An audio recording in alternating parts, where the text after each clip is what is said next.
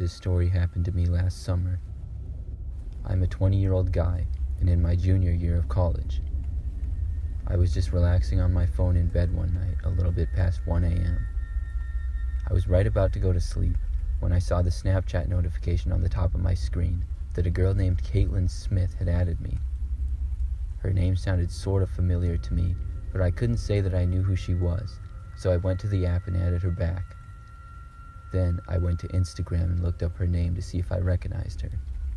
Unfortunately, there was very many girls by the name of Caitlin Smith to come up, so I had no idea which one was her, if any. I went on Snapchat again and looked at her snap score. When I saw that it was only 5, I immediately realized that this was probably a fake account, and then I deleted her on Snapchat. After that, I went to bed. The next morning when I woke up, my phone had several Snapchats on it from Caitlin Smith. At that point, I realized that I had my Snapchat settings so that even people that weren't my friends could still send me snaps. The first 2 were text chats. The first one read, "You deleted me," and the second one said, "Ha ha ha ha ha." The next 2 snaps were both pictures, and they were all black with text of her cursing at me in various ways. I was pretty alarmed to see this, and when I clicked on her account once again, I saw that I had been blocked by her. I really didn't know who this was or why they were messing with me. Then came the scariest part.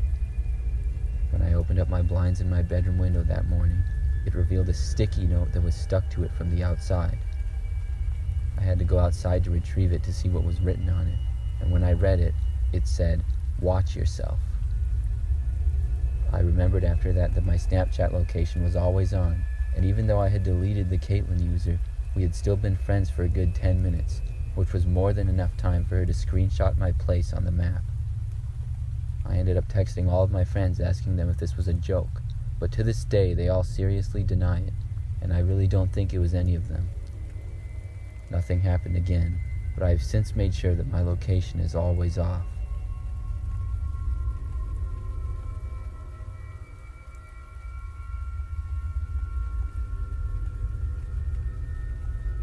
I am a 19-year-old female and just recently graduated high school last year.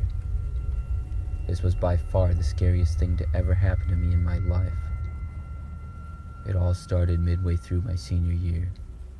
I was relatively popular in high school, and I would get added on Snapchat by new people almost every day. I had so many friends on Snapchat that I didn't even know a good number of them. I was home alone relaxing in bed and watching Netflix while my parents were out shopping. I casually went on Snapchat and saw that I had several new snaps. One of them was from some username that I didn't recognize. I didn't know who this was, but I occasionally got snaps from people that I didn't know, and if I didn't want to talk to them, I'd just delete them and it was no problem. After responding to a few of my friends, I opened up the snap from the user that I didn't know to see who this was. Their username was pretty strange. It was like a bunch of random letters and then numbers that didn't spell any words or anything. When I opened up the snap, it was a video of a house. The video started by showing the house from the street and then zooming in towards a window. When I looked at the video for the second time, I saw that the house was mine. It was nighttime in the snap, just as it was outside, so it seemed to have just been taken. This immediately creeped me out, and I went from being relaxed to outright scared. The snap had been sent from the user 22 minutes ago, so I was hoping they had left, but just to be safe, I slowly looked out my window towards the street. When I did, I couldn't see anyone or anything. It all seemed quiet like a normal night. That made me feel a little bit better, but then I got another Snapchat from the user.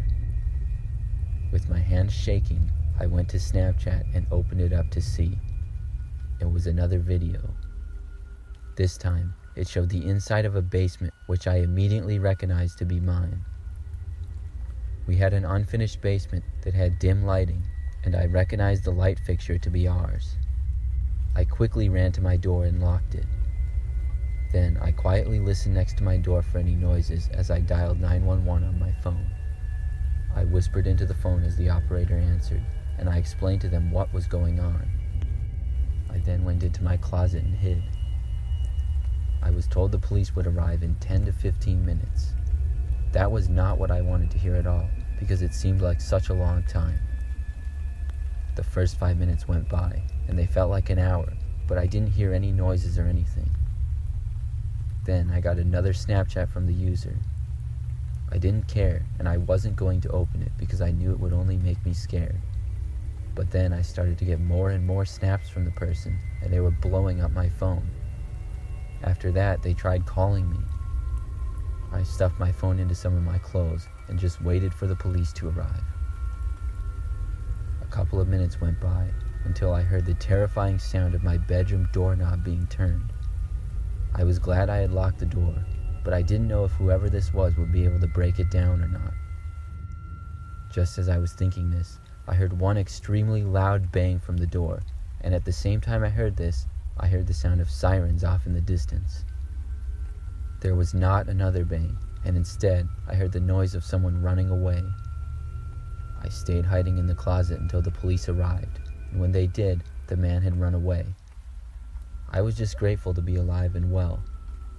The police stayed with me until my parents arrived home, and the person who was in our house ended up being caught about an hour later. He turned out to be a guy who had gone to my high school 3 years before me and had stalked me from my Snapchat to see where I lived. I don't know why he broke into my house, but he got in through a basement window.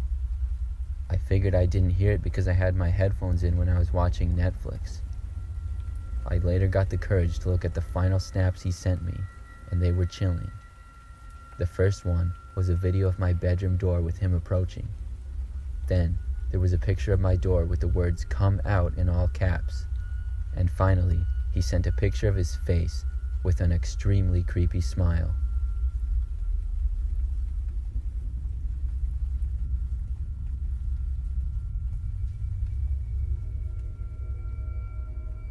I used to walk to school with my two friends Mike and George every day in high school.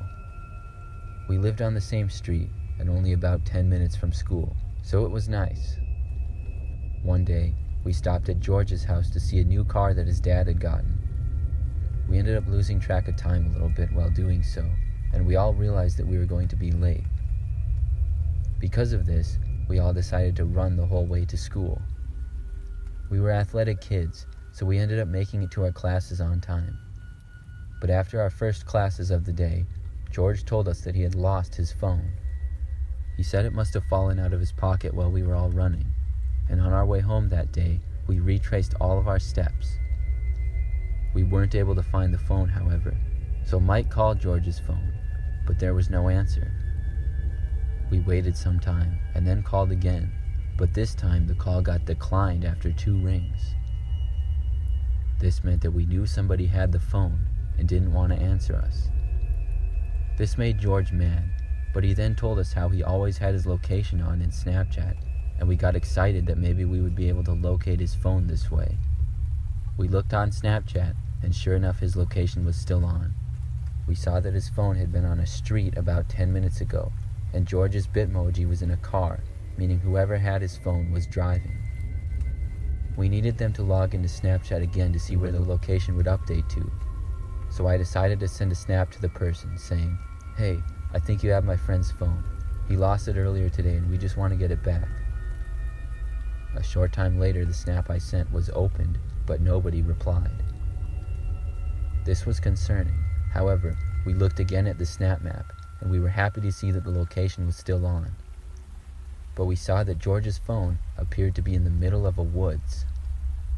It was pretty strange to see, but George was furious, and by this time we figured 3 high school dudes would be able to take on whoever had George's phone if they wanted trouble. We all set out to the location, and when we arrived, we saw that it was a state park with a trail going out to the woods. It didn't look like the trail was used much, because there was grass growing all over it. We all followed the snap map and walked deeper and deeper into the woods. I'm not going to lie, I was a little nervous. Finally, we saw ourselves getting close, and we came around a corner on the path to see George's phone. But the phone was literally hanging from a tree by a string, dangling there. We all stopped in our tracks and froze. I got a bad feeling. We stood there and stared at it for a good 10 seconds. Then, the phone jiggled around from the string being pulled, as if to encourage us to go grab the phone. It looked like some kind of a trap, and I had a strong feeling come over me that I needed to leave. The three of us turned and ran as fast as we could out of there and didn't look back. We got back into my car quickly and jumped inside and backed up. As we did, I saw 3 large men start to emerge from the woods entrance. We didn't stop and drove all the way home.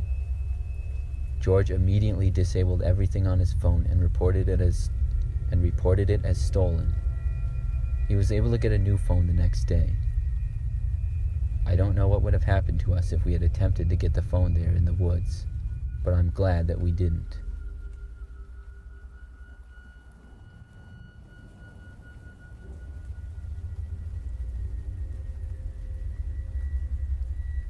This story happened to me just a couple of months ago. I'm a guy and I'm in college. It's been a few years since I graduated high school, but I still sometimes add friends from high school, or they add me here and there. One night, as I was playing video games, I saw a Snapchat notification. I looked at it and saw that I had been added by a girl named Mackenzie. I added her back, not knowing who she was. I figured maybe she went to my college or something. After I added her back, she actually sent me a text through Snapchat, and I opened it. She said, "Hey." I responded back saying hi. She then responded almost immediately with, "Do you remember me? We went to high school together." I responded back asking her what grade she was, because I really didn't remember her, and I knew basically everybody that I went to high school with. She then said to me that she graduated the same year as me, 2017. Now this made me slightly skeptical, because I graduated in 2018, not 2017, and I told her that. She then told me that she meant to say 2018, but it was a typo. Overall, we talked a short time, but something just seemed fishy to me. Then, after just about 10 minutes of awkward chatting, she asked if I wanted to hang out, and that's when I knew this was probably not a real girl. I looked at her profile, and her Snap score was actually decently high, but there was no indication of any last name, so I couldn't look her up anywhere. I decided I just didn't want to take a chance with it, so I left her on red and went to sleep.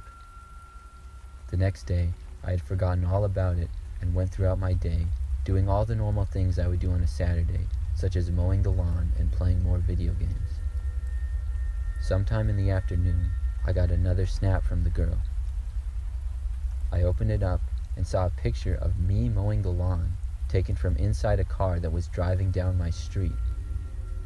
It had the words on the Snap that said, "Consider this a warning." I immediately deleted the user and blocked them. I told my parents about it, and they seemed a little concerned, but we didn't go to the police or anything.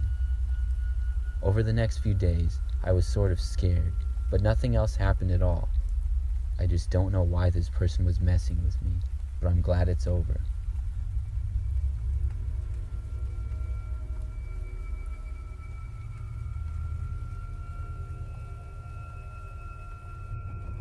This story happened to my friend Emily and I about 5 years ago. We were walking home from work one day.